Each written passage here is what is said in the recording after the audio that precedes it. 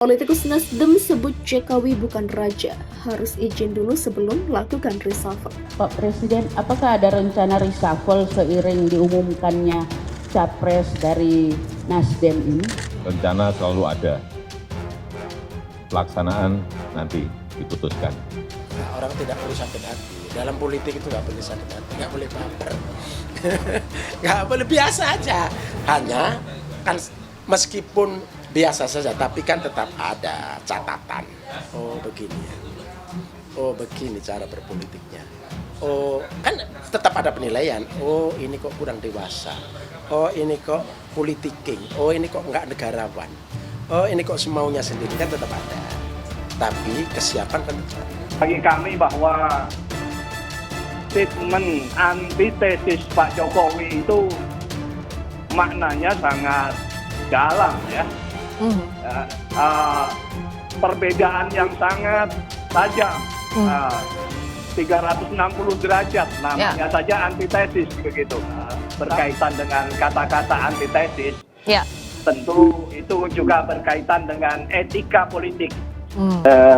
Tiga hal ya. Yang pertama tentu Pak Jokowi mesti merapikan kebijakannya sehingga betul-betul diterima rakyat. Yang kedua, beberapa memang rumit ya dengan COVID-19 work from home, mesti ada prosedur yang dirapikan. Baru yang ketiga adalah eksekusi.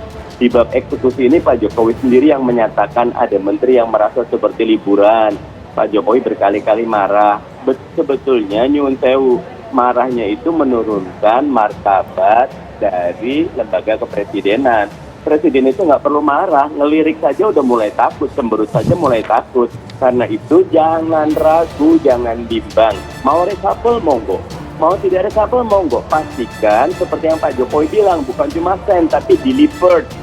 Kasus COVID kita masih berat, Omnibus Law berat. Nah sekarang ini ombaknya tinggi, ada badai lagi. Pak Jokowi ujian kepemimpinan tahun pertama ini sebetulnya memberikan legacy. Kalau lolos sekarang nih, insya Allah 4 tahun ke depannya menjadi jauh lebih baik. Tapi kalau tidak lolos, publik akan mencatat ini sangat-sangat buruk. Partai Nasdem mengingatkan Presiden Joko Widodo harus izin terlebih dahulu ke Surya Paloh sebelum melakukan reshuffle kabinet. Ex-Wali Kota Solo itu harus menghormati Nasdem sebagai partai pengusung di Pilpres 2014 dan 2019.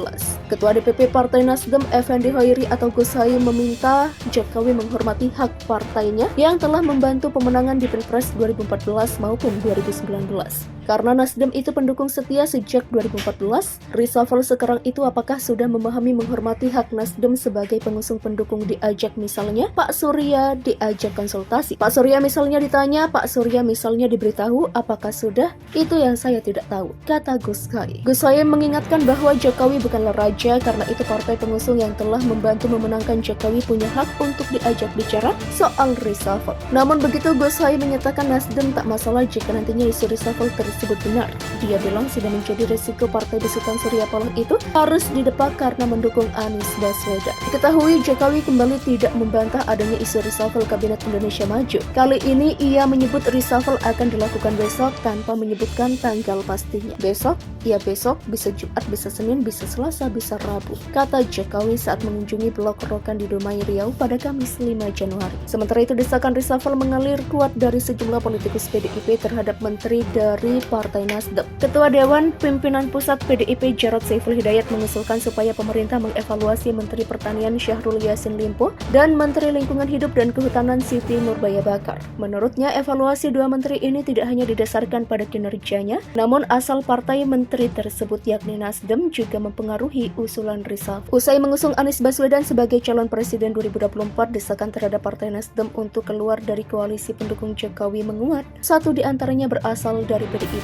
Nasdem disebut cinta bertepuk sebelah tangan ke Jokowi. Gus Haim balas begini. Pengamat politik Ray Rangkuti menyebut bahwa hubungan Partai Nasdem dengan Presiden Joko Widodo bak cinta bertepuk sebelah tangan. Pasalnya, kata dia, Nasdem merasa masih sejalan dengan Jokowi, sementara Jokowi tidak merasa seperti itu. Diketahui sebelumnya hubungan keduanya dikabarkan renggang usai partai besutan Surya Paloh itu mendeklarasikan Anies Baswedan sebagai bakal calon presiden di awal Oktober 2022 lalu. Menanggapi tudingan tersebut, Ketua Dewan Dewan Pimpinan Pusat Partai Nasdem Effendi Hoiri alias Gus Hoy buka suara. Dengan berapi-api, Gus Hoy mempertanyakan dari mana anggapan bahwa kedua pihak sudah tak sejalan.